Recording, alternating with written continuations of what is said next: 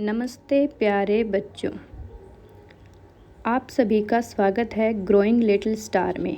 आज हम हिंदी व्याकरण का एक बहुत ही महत्वपूर्ण विषय सीखने वाले हैं। आज का हमारा विषय है वाक्य। तो चलिए बच्चों, बिना देर किए शुरू करते हैं और जानते हैं कि वाक्य क्या होता है। चलो हम इसे अच्छे से समझते हैं। वाक्य क्या होता है? शब्दों के ऐसे समूह जो पूरा अर्थ प्रकट करे उन्हें वाक्य कहते हैं। वाक्य क्या होते हैं कि जब कुछ शब्द मिलकर हमें एक पूरा अर्थ बताते हैं तो उन्हें वाक्य कहते हैं। जैसे राम स्कूल जाता है, यह एक वाक्य है क्योंकि इसे पढ़ने या सुनने पर हमें एक पूरी बात समझ में आती है। तो हम कह सकते हैं शब्दों का ऐसा समूह जिससे एक पूरा अर्थ प्रकट हो उसे क्या कहते हैं? वाक्य। वाक्य क्यों जरूरी है? विचारों को पूर्ण रूप से व्यक्त करने के लिए वाक्य जरूरी है। वाक्य से हमें पता चलता है कि कौन क्या कर रहा है और कौन क्या कर रही है, इसीलिए वाक्य जरूरी है। तो चलिए कुछ उदाहरणों के साथ हम देखते हैं। सीमा खाना खाती है, इस वाक्य से हमें पता चलता है कि सीमा क्या करती है। मोहन खेल रहा है, इससे हमें पता चलता है कि मोहन खेल रहा है। इससे आगे चलते हैं। सूरज चमक रहा है, इससे हमें पता चलता है कि सूरज चमक रहा है। तो बच्चों, इन सभी वाक्य से हमें एक पूरी बात समझ में आती है। तो हम कह सकते हैं कि वाक्य वो होते हैं जो हमें पूरी बात समझाने में मदद करते हैं। तो चलिए कुछ उदाहरण हम और देखते हैं। जैसे राम स्कूल जाता है, सीमा पढ़ाई करती है, पक्षी आकाश में उड़ रहे हैं। तो ये सभी क्या कर रहे हैं? ये सभी वाक्य हैं जो हमें पूरी बात समझने में हमारी मदद कर रहे हैं। चलो थोड़ा आगे बढ़ते हैं। अब हम देखते हैं वाक्य और शब्दों का अंतर। तो बच्चों, इसे थोड़ा और अच्छे से समझते हैं। जैसे राम और राम स्कूल जाता है। तो राम क्या है? राम एक शब्द है, लेकिन सिर्फ राम से हमें पूरी बात समझ में नहीं आ रही है ये कि वो क्या कर रहा है या क्या नहीं कर रहा है। जबकि राम स्कूल जाता है एक वाक्य है, तो इससे हमें पूरी बात समझ में आती है कि राम स्कूल जा रहा है। तो हम कह सकते हैं कि राम एक शब्द है और राम स्कूल जाता है एक वाक्य है, और यह वाक्य हमें बता रहा है कि राम क्या करता है। ठीक है, तो चलो अब और थोड़ा आगे चलते हैं और मैं बताती हूँ कि शब्दों का सही क्रम में लगाना। अब बात आती है कि शब्द से मिलकर क्या बनते हैं? वाक्य बनते हैं, बट उन शब्दों को सही क्रम में लगाना भी बहुत ज़रूरी है। जैसे मैं आपको कुछ शब्द देती हूँ, आप उनसे सही क्रम में लगाकर वाक्य बनाइए। मैंने शब्द दिया है, राम, अच्छा। ये 3 शब्द है, इससे आपको वाक्य बनाना है। तो वाक्य क्या हो जाएगा? राम अच्छा है। चलो इसी तरह हम दूसरे शब्दों से भी वाक्य बनाते हैं। मैं आपको शब्द दे रही हूँ, रही, सीता, है, पढ़। तो इससे हमारा सही वाक्य क्या बनेगा? सीता पढ़ रही है। इसीलिए हमें शब्दों को सही क्रम में लगाकर वाक्य बनाना चाहिए। शब्दों का सही क्रम में लगना भी बहुत ज़रूरी है। चलिए अभ्यास करते हैं। अब बच्चों, आपकी बारी है। इन शब्दों को सही क्रम में लगाकर वाक्य बनाइए। खेलता राहुल है। तो सही वाक्य क्या बन जाएगा? राहुल खेलता है। बहुत बढ़िया बच्चे। चलो एक बार फिर से कोशिश करते हैं। है मीठा आम, इसका क्या वाक्य बनेगा? आम मीठा है। तो इस तरीके से हमने शब्द से वाक्य बनाए, उनको क्रम में लिखकर। शाबाश बच्चों। अब चलो आगे चलते हैं। वाक्य के अंग हर वाक्य में मुख्य रूप से 2 अंग होते हैं। कौन कौन से होते हैं? पहला होता है कर्ता और दूसरा होता है क्रिया। अब कर्ता क्या होता है? जो कार्य करता है वो कर्ता होता है और जो कार्य होता है वो क्रिया होती है। मुझे भी पता है कि आप लोगों को बहुत कन्फ्यूजन हो गई है। चलो इसे एक सिंपल तरीके से मैं बताती हूँ। जैसे हमने एक वाक्य लिया, राम खेलता है, तो इसमें काम कौन कर रहा है? राम। तो राम क्या हो गया? कर्ता। तो वही है, कर्ता कौन होता है? जो काम करता है।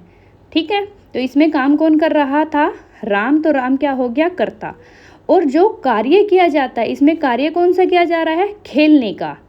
तो जो खेलने का कार्य है उसे क्या कहते हैं? क्रिया कहते हैं। तो ये थे आपके वाक्य के अंग। अब हम बात करते हैं वाक्य के प्रकार।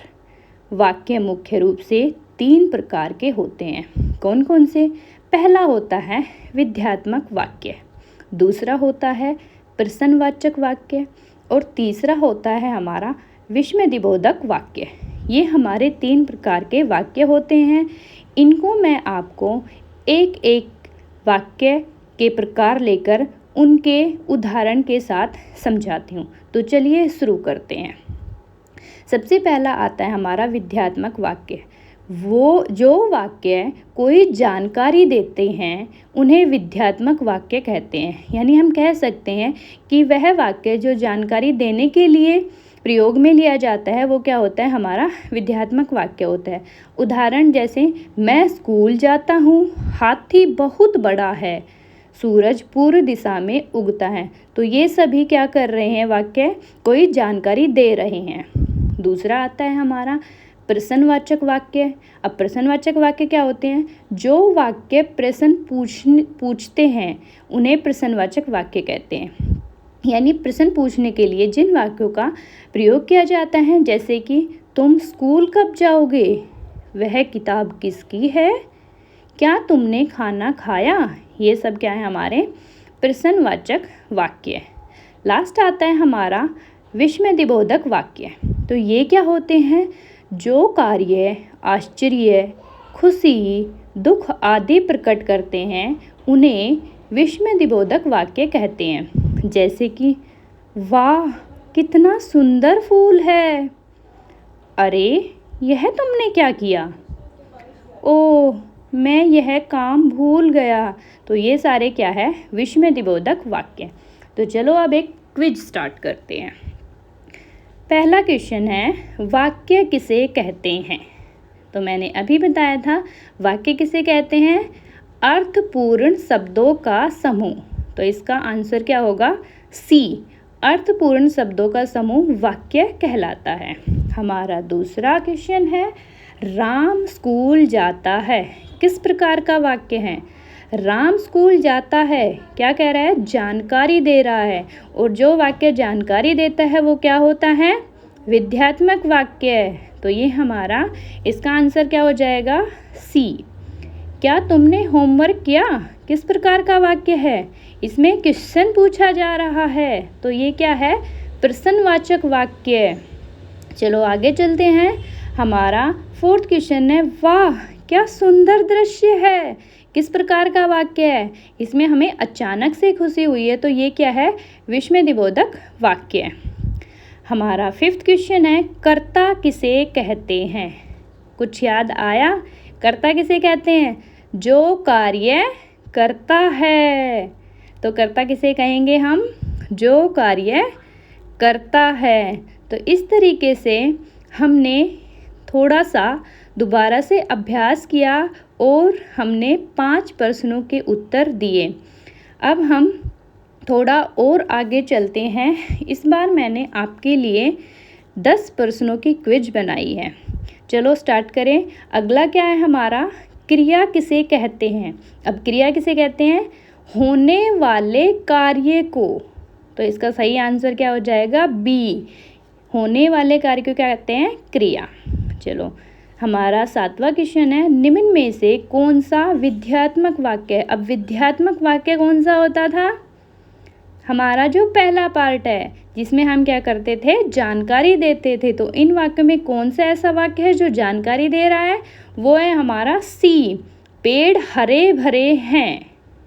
ठीक है, चलो इसी तरह से आगे चलते हैं। हमारा नेक्स्ट क्वेश्चन है, तुम कब आओगे? इस वाक्य का प्रथम अंग क्या है? प्रथम अंग यानी तुम क्या है? तुम है हमारा कर्ता। तुम क्या है? तुम है हमारा कर्ता। अब आगे चलते हैं। निम्न में से कर्ता और क्रिया वाला वाक्य कौन सा है? तो कर्ता और क्रिया वाला वाक्य कौन से होने चाहिए? जिसमें कर्ता भी हो और क्रिया भी हो। तो वो है हमारा सी, मोहन दौड़ता है। तो मोहन दौड़ता है में मोहन क्या हो गया? मोहन हमारा कर्ता हो गया और दौड़ता है यानी दौड़ना क्या हो गई? हमारी क्रिया हो गई।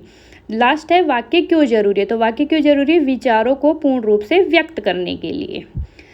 तो बच्चों आज हमने क्या सीखा? वाक्य क्या होता है, वाक्य के अंग, कर्ता, क्रिया, वाक्य के 3 प्रकार, विध्यात्मक, प्रश्नवाचक, विस्मयबोधक, वाक्य के उदाहरण और वाक्य के महत्व। तो बच्चों आज हमने वाक्य के बारे में सीखा और कुछ आसान उदाहरण भी देखे। उम्मीद है आपको आज का वीडियो अच्छे से समझ आया होगा।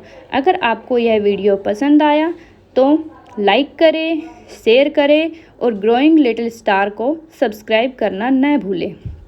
फिर मिलेंगे एक नए और मज़ेदार वीडियो के साथ। तब तक के लिए बाय बाय बच्चों, धन्यवाद।